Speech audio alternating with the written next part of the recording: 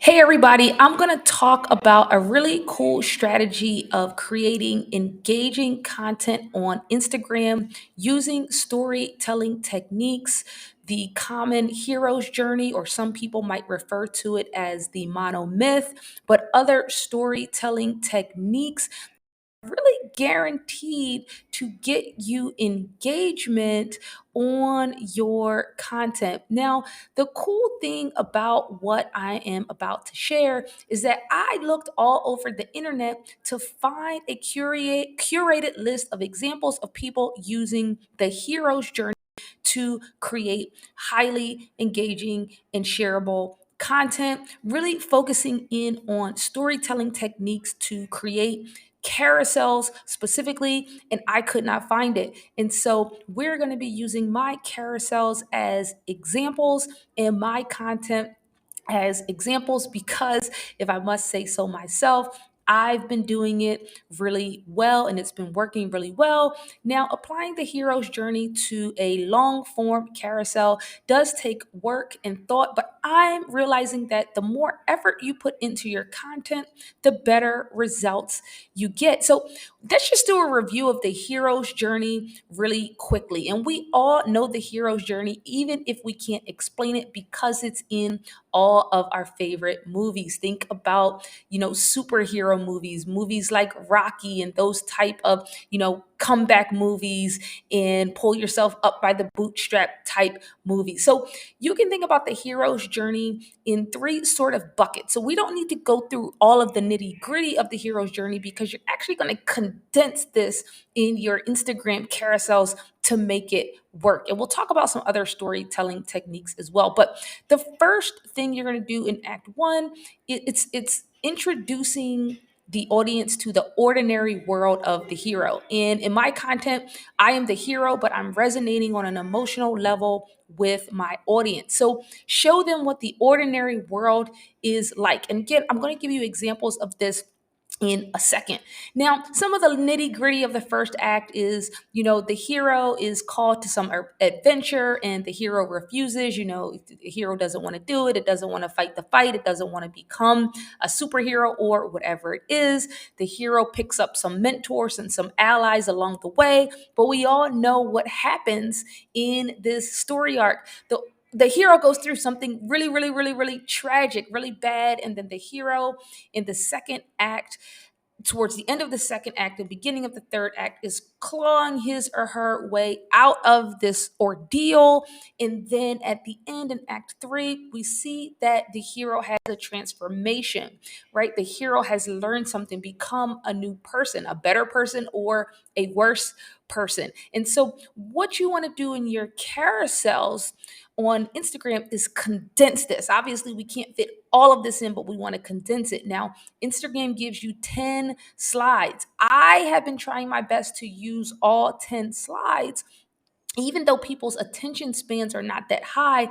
But if I can make the hero's journey as interesting as possible, I can get people to swipe through all 10 slides, and that will increase my traction on Instagram as I'm working through beating the algorithm or getting the algorithm to help me. So this is one example, and I've been posting these carousels on Instagram every Monday morning, early in the morning. So when people wake up, they see it. I've been posting them on Monday because Monday people are ready to go. It's the beginning of the week. They want motivation.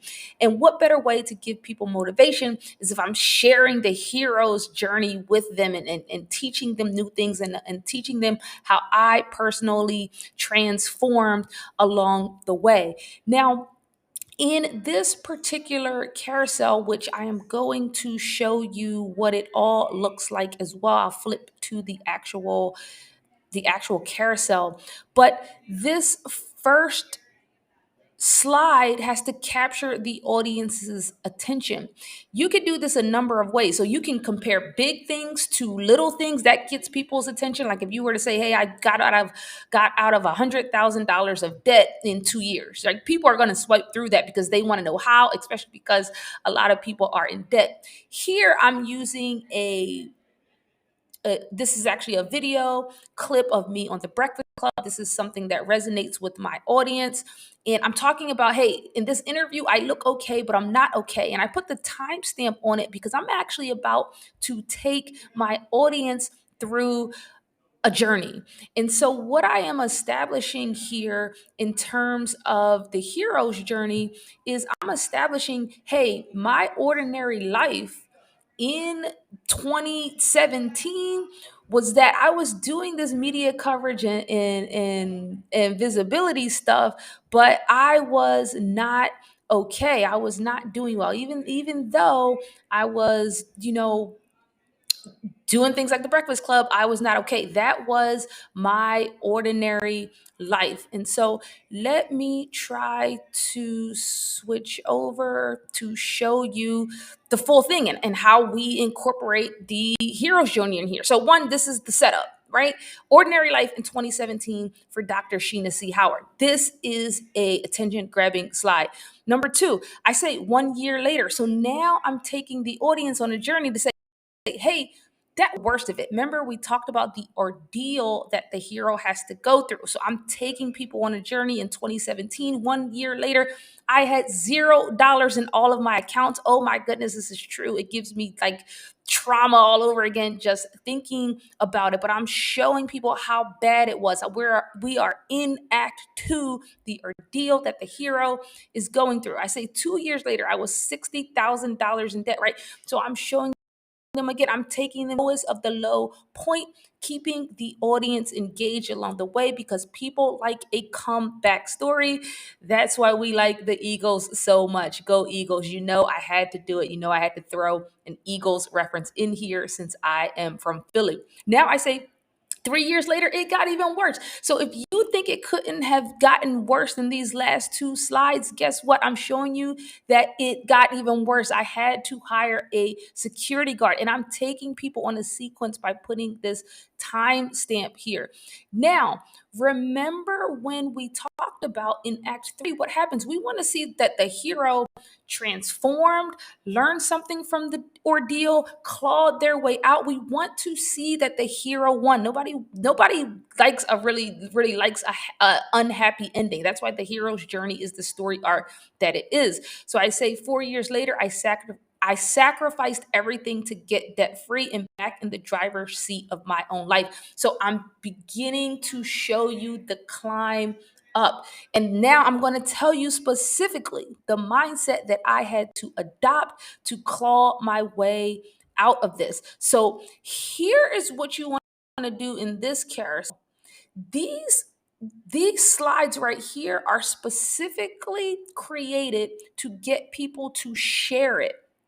They are created to be stand alone so that I am literally trying to dictate the action that I want people to take. Be humble enough to ask for help and confident enough to accept it. Now, the cool thing is that I had posted something like this on Twitter and it did pretty well on Twitter. So I knew that it was engaging for people. So you want to try to get away from trial and error when creating content and do things that you know actually work. I like Twitter as a place to share ideas, to see what engaged over there, and then pull it over to Instagram. Again, this slide is designed to be standalone to get people to share it. Be confident enough to charge with what you're worth and brave enough to walk away from anything less. Again, I am showing people the mindset that I had to adopt to get out of that hole that I was in at the beginning of this story.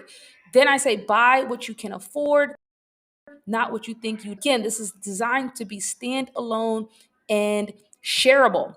And then we're getting closer to the end. I say in 22, I made more money as a writer than in the previous 5 years combined.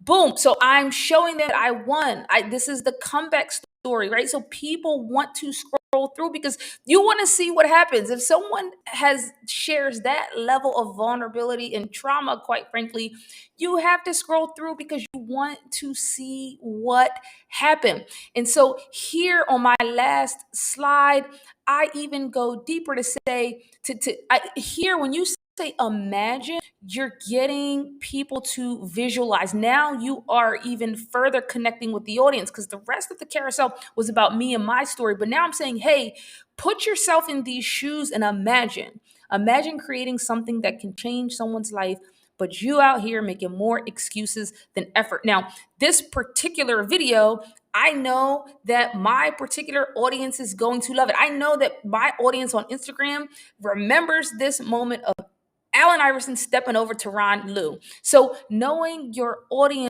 when you're thinking about the videos that you want to put in the carousel is super important, because you don't want to be doing it all random or willy-nilly out here. You need to have purpose and a reason for all of the things that you are putting into this carousel. So apply the hero's journey to your carousel content, in you need to condense it and shrink it. But here's the thing, you as you create these carousels, you also want to use other storytelling methods to enhance the story that you are telling. So here are some examples.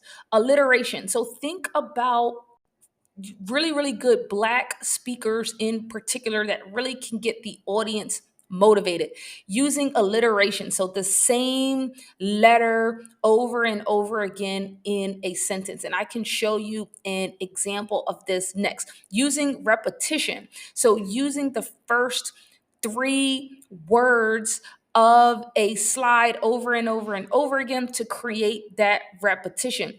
Call and response. So in your caption, you can ask people, hey, do you agree? Or can I get an amen? Or what do you think? Right? Getting people to respond and participate in the story you are telling is going to increase that engagement. Now, in media res is an amazing storytelling technique.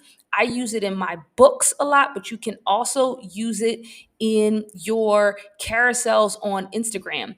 And in media res is starting a story in the middle, starting a story in the action. So I'll give you an example in a second. If I can switch over here, I'll try to give you an example. But I have a book where I start talking about my story running from my abuser in the middle of the night. Sorry if that is triggering. I should have gave you a warning, but I start the book there. So people are like, oh my goodness, like what happened? They want to turn the page because they want to know what happened. You can do that in your Instagram carousels. So here is another example. I kind of start talking about, hey, in 2017, this is me and my son in the living room. So now, starting in the middle of the story, people want to know what happened.